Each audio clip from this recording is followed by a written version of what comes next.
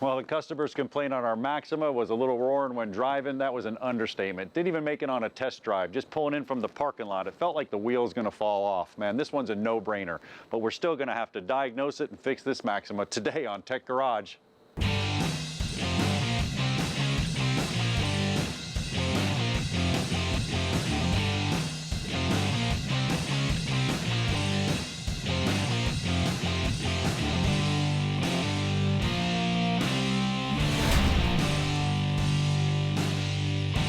Welcome to Tech Garage, presented by rockauto.com. Well, we got our Maxima in the shop, got the wheels off, took it on a test drive, have this rumbling and growling noise, pretty bad. As a matter of fact, the steering's even getting a little bit loose. Brian, this thing's getting dangerous. I'm suspecting a wheel bearing. Yeah, I think your suspicion is absolutely on par. And I'll tell you what, you talked about grinding. Let me tell you about grinding. Here's a classic 12 and 6 o'clock test. I got all the lug nuts off except for 2. They're torqued to spec. But look at this and listen. Holy cow, that's no wonder you were getting grinding. That wheel's doing this going down the road. So no further diagnostic is needed here. I'm gonna go ahead and get this disassembled so we can get en route to get a new wheel bearing hub assembly in here. Well, you get started, get those lug nuts off. I'll tell you what, that's exactly what I was feeling. I was feeling that as I was driving, and I was hearing it by turning to the right or to the left. Now I got a couple of demos set up right here. Now we've done a bunch of wheel bearings here at Tech Garage, but we haven't done this style because there's different types. The first one I want to look at is a tapered wheel bearing, and that's located right here. Some bigger cars, heavier trucks, some of your old school models had this tapered wheel bearing, and if I pull this out, you actually can see the wheel bearings, and this is called a hubbed rotor, because what I have here is, if I knock the bearing out, you can see located right here is the actual bearing itself, or the race, and then the bearings right here, that sits in there. It's called a tapered wheel bearing. There's one on both sides of this one. This is a little bit different design than what we're dealing with. Now, on Tech Garage, we also did a hub bearing, or a sealed bearing, one whole unit itself right here. Now, this was really easy because if you look on the back, there's just some bolt holes. We just took the bolts out, replaced it, bolted in there. It's one whole unit. It's called an integral unit. And what I was getting, I actually have a bad one here that you can hear. So if I pick up this one and I'm quiet and you listen up, you hear that grinding? Now remember, there's not even 2,000 pounds sitting on that. That's what we're hearing on our Maxima. How should it sound? Well, you don't hear it. You're not supposed to hear it. It's nice and smooth, everything's spinning along. Now on our Maxima, what we have is we have the whole spindle with a pressed in bearing. This is called a Generation 1 or a cartridge style bearing. Now this one, things get a little more difficult. Why they get a little more difficult? Because this one's actually located inside of here through this whole spindle assembly, and it has to be pressed in and out of here. So this is the wheel hub itself, which is located right here, and then the bearing sitting in the spindle, which is right here, and if I go to put it on, it's not going to go on.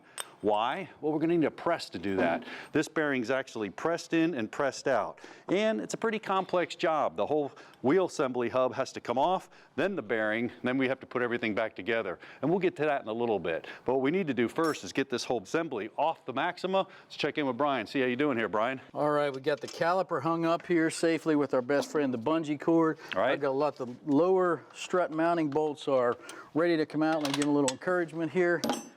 Those are ready to come out. I've got the ABS, the wheel speed sensor, backed out. That's just one 10mm bolt. Now while you're up under there in the suspension system, what you need to do is just do a good visual inspection. When you're doing a good visual inspection, man, go ahead, look at your strut assembly, look at your ball joint. I mean, you got the wheel off, you're ready to go. Make sure you mark it for your alignment, so when you put everything back together, you can at least get it to the alignment shop. It's not gonna be accurate, it's not gonna be perfect, but at least your wheel's not gonna be cambered in or cambered out, or towed in or tow out, actually wiping it out on the way. Well, Brian's pulling that out. Brian, I'm gonna go ahead and sneak this axle nut off for you. All right. All right. Take the axle nut off, get that lower ball joint separated. Once we get that lower ball joint separated, then we can go ahead and pull these bolts out, take the tension off of it. You may have to pop them through there. Yep, let me Good just call. back them out right here. Just back them out. No need to fight it. Nope. We're going to take the whole spindle assembly off where we can press the bearing. There it Got comes. that one? Yep.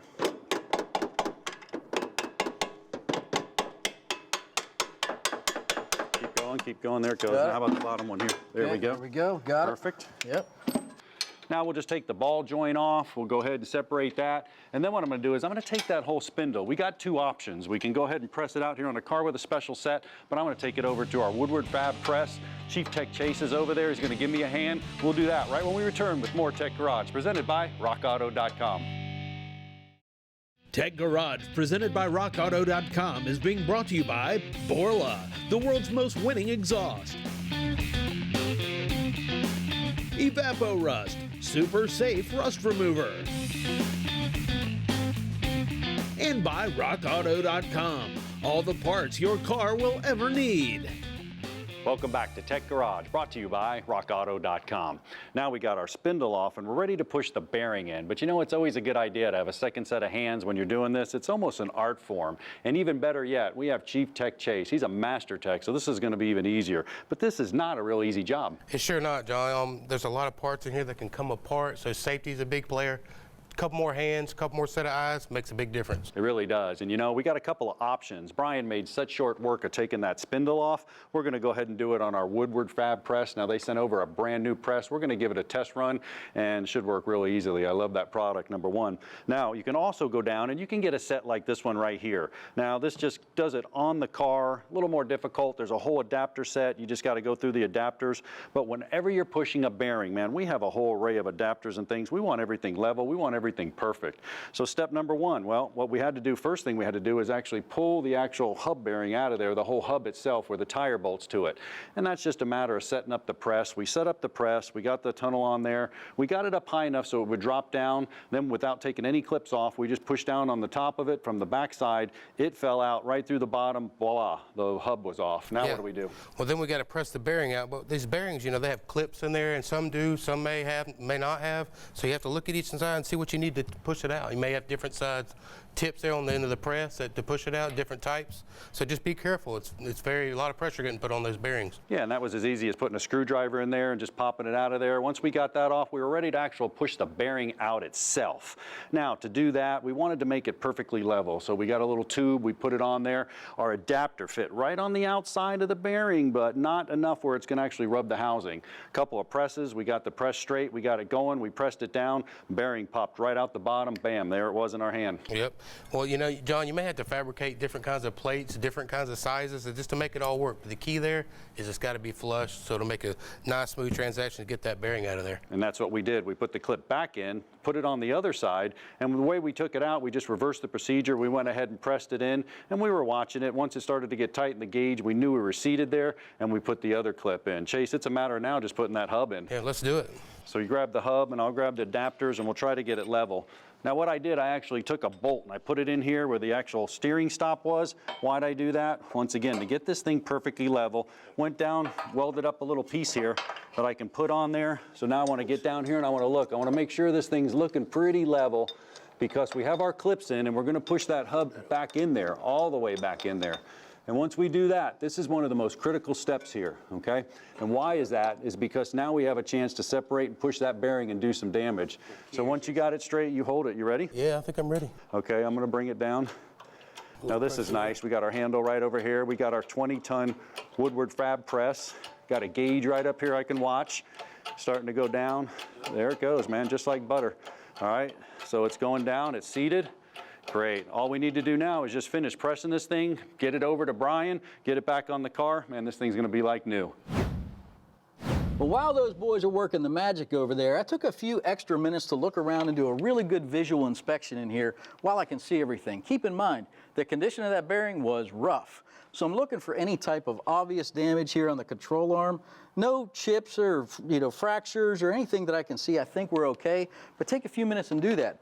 One bonus piece of information, I found the Serpentine belt's in pretty rough shape. We're gonna need to replace that. But John, that thing looks awesome. I'll tell you what, it doesn't look awesome. Actually, you hear no noise, which is a good thing. Tremendous. It's in there, you got a little bit of tension, which is great. Everything's ready to go. We put the turn stop back in. Perfect. It's a matter of just reversing the procedure. So Yep. if you hold that CV axle, I'll try to get it splined in. Perfect. Look at that. Perfect. Come over Set it here. down on that ball joint. Sit it down right there. There you Nicely go. done. Look at that. Let's get a nut on there. Okay.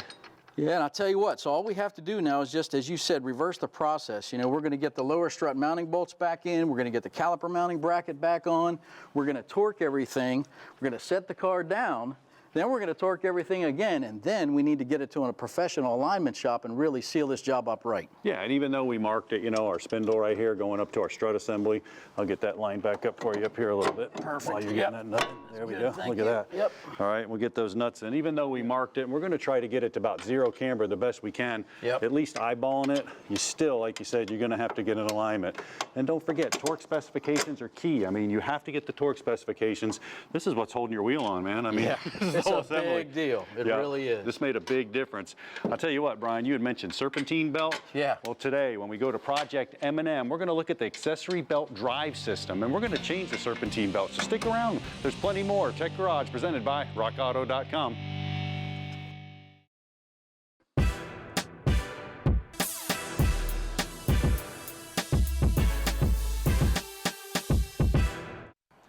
Welcome back to Tech Garage, presented by rockauto.com. Well, Project M&M, the Mercury makeover, is back in the shop, and it's coming along well. And I got Tom with me from Rock Auto. Now, Tom, I got to give you props. You're hanging tough, man. We've done a lot to this car. It's looking good. Bring us up to speed. Well, we've been chipping away at the basic maintenance. We've got the oil change, we've got the wiper blades replaced, and now we're going system by system to make everything where it is up to date and where it should be. Yeah, we got our coils on there. I mean, it's running great. We got new brakes. We got stopping power. It only makes sense to turn our attention to the belt. Now, what do you think we should do with this belt?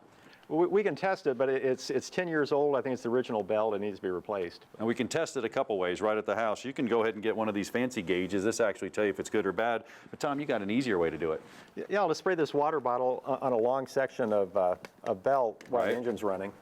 And then what happens when you do that, if it starts squealing, it acts as a lubricant. You know you have a tension issue. If the squeal goes away, it's a tracking issue, so you want to check that as well. So what we need to do is we'll go ahead and take this belt off and we'll replace it. Tom, you can give me a hand. This is cool too. You know, it's not all about parts. You guys have tools as well. Absolutely, and tension, you think of things wearing out, they get more floppy, but actually on my family's van, I actually had a tensioner seize up. So it was over tight, and you turn on the air conditioner, you get that squealing sound. So that. All right, pop this off, come all the way around.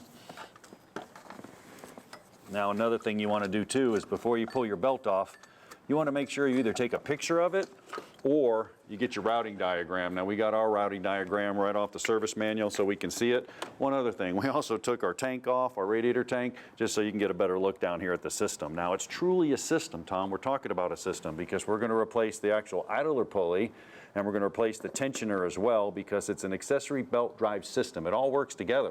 You guys carry all these parts as well? We do, and we sell them as a kit, so you don't have to guess what you need. You can get the whole shebang in one fell swoop. Now, belt technology has changed also. Now, it used to be neoprene belts, and if you squeeze that right there, you can actually see the cracks in that belt. Tom, that's what we would look at. We know this one's shot. That doesn't happen anymore. You don't see any cracks. These things can go for 100, 150, 200,000 miles, and they're no crack because they're EPDM material. Different way to test those. Gates sent us these nice samples to show how the belts age. This is a new belt, a belt that's aged for a while, and this is a belt that's worn out and should definitely be replaced. This little plastic tool here, it's kind of counterintuitive. You think of a belt wearing down, the ridges protruding less. Well, it's actually the opposite. The valleys between the ridges get deeper, and that can be shown with this little plastic tool. Here I can feel the orange plastic poking above the ridges. Here I feel it's sinking deeper. I can still slightly feel it above the ridges of the belt. And on this belt, old worn out belt, the plastic is deep down in the groove, and I can feel the ridges of the belt poking up above it, so I definitely know the belt needs to be replaced. The EPDM material, you can actually recognize it because, especially when it's new, it almost feels like felt. It's fuzzy, and a great way to tell if your belts need to be replaced. Now, Tom, I'm down here on the tensioner. I already got the idler pulley put on. So I'll go ahead and I'll put this tensioner on right here. We'll snug it up, get some torque specifications, go back and recheck everything, make sure everything's in order. But like we said, I mean, this thing is a system. I really just don't want to go and replace this thing. I don't want to just put the belt on there. You know, people put on power steering pumps all the time, and they put that power steering pump on, and it's not quite lined up, and you can chew up a belt in no time. Right, yeah, on my van, if I'd put a new belt on that seized up tensioner, it would have wrecked the belt, burned it up right away. And how did you find out it was actually seized up? I tried to put the tool on it and move it, and I couldn't move it at all. So I had to loosen the alternator to get the belt off, to even take the belt off. Yeah, these things are so good nowadays. I mean, this thing actually will hold the engine, the harmonic balancer. We thought an engine was seized up once because the system's so tight and it wouldn't even spin over, and it was simply a component was froze up. So that's why I want to do it as a whole system. Hey, we got a new belt there. We got that from rockauto.com as well. And that's cool. And one of the things we can always do with the belts before you go putting it on, Tom, let's go ahead and just hold it up here and make sure. Yep, we'll make sure, yeah, we get in there routing it because the routing can be something. So we'll just make sure, you know, it's close. It doesn't have to be perfect, but, and then I want to check the ribbing as well. I want to make sure that the ribs are in good shape and it looks like the same pulleys, the same grooves. Sometimes they come with square ribs, sometimes they come with round ribs. So you got to make sure with that. You know, those models changes. We didn't have a problem. We just ordered it off, bam, that was the right part. So we had no issues there.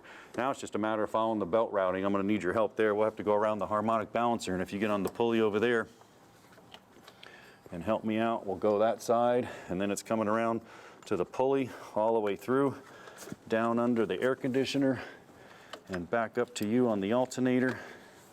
Let's see here, we got that going. Over the top. Yep, over the top of the water pump, so we'll have to get a little more. I'll give you the slack from the water pump. Sure glad you're here, giving me an extra hand. I think I need an extra hand. Here we go. And then you have to be careful with these because we had an option here. We had an option of a smooth pulley or an actual groove pulley. You know, the car came with both options, so you may have to go into there and look and see what's going on. Okay, we got that right there. Now what I'm going to do is I'm just going to grab my socket wrench. I'll go ahead and use this, and I'll just go ahead and put it in here so you could use either one as long as we're locked in the right direction. Gives you a little 3/8 drive right here, and I could put it in there, and I'll tip it up to you. And when I tip it up to you, watch your hand there and see if you can get it right over the alternator. Boy, we're going a lot further. That's how much tension we have on that joker. There it is. Look at that. All right. Nice. Perfect. Now all you want to do, you want to go in there, you want to start the car, you want to make sure it's tracking right, you don't have any issues, and then we're good to go. We solved our belt issue. But like you were talking about, that system is so important, not only on actual accessory drive belts, what about timing systems? Yeah, it's a similar arrangement, but it's even more buried in the engine, so you don't have to do all that labor and risk damaging your engine. If some engines, it's interference engine, if the belt breaks, the valves hit the pistons and you're in big trouble. Yeah, and labor intensive. I mean, we get into the timing system, and that's pretty cool. If you look at this here, I mean, it comes as a whole system, a water pump, a belt, a timing, a bearing, everything's inside of there. That's huge. I mean, it takes me 4 or 5 hours to get to the front of the engine. One drip from this water pump onto that timing belt, that thing jumps a tooth, like you said, catastrophic engine damage. Accessory belt drives, same way. We're driving a water pump, we're driving an alternator. We could have charging problems, and worse, we now drive the water pump, we don't have any coolant, catastrophic engine damage again. Yep. Yeah, I can show you some examples of the kits we have in the rockauto.com catalog. Perfect, let's walk over and check it out. Great. Well, you saw how important the accessory belt drive system is and the kit we installed in there. What about timing belts? Do you have kits for that as well? We do, and the timing belt can be even more important than the Serpentine belt because it's so buried in the engine. You don't have to do that labor again, and if it breaks, you can have a catastrophic engine failure. So I pulled up 97 Mazda Protege. Here's everything in the kit. Got the water pump, the gaskets, the belt, of course, the pulleys, the tensioners. There's no surprises once you're halfway into the job. Yeah, and the labor cost, I mean, that's huge. So go ahead and avoid catastrophic engine damage, buy the kit. But stick around, there's plenty more Tech Garage when we return.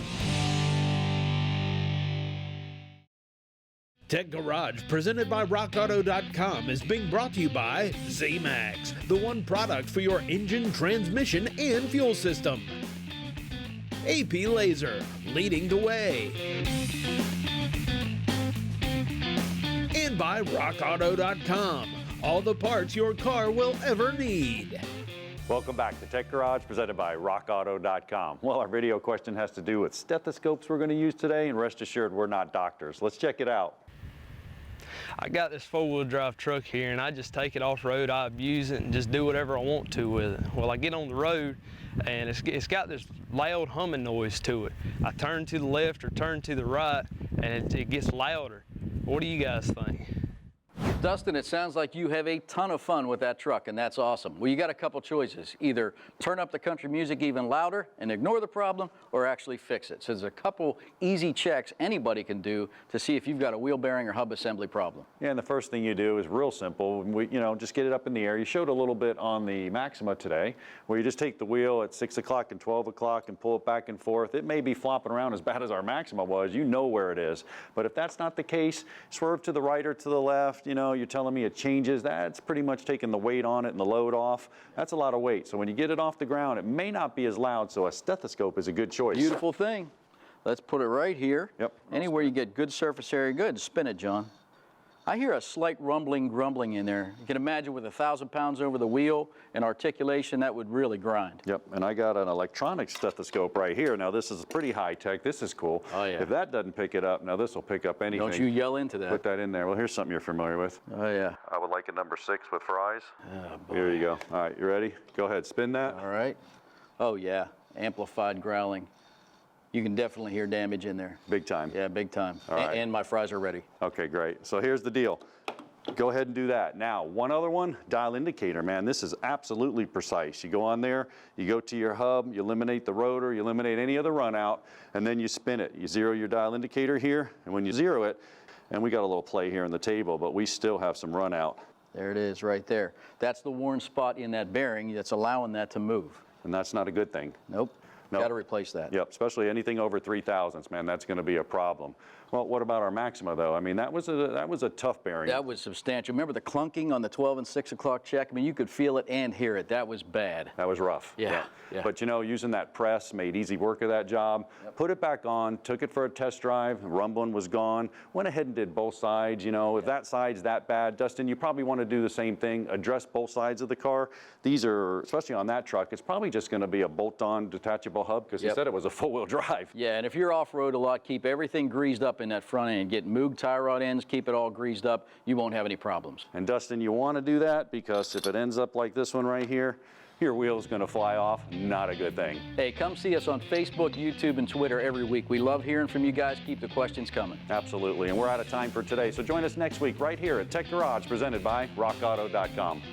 Production assistance for Tech Garage is provided by Chipola College, located in Marianna, Florida. Founded in 1947, Chipola was recently ranked as one of the top 3 community colleges in the United States.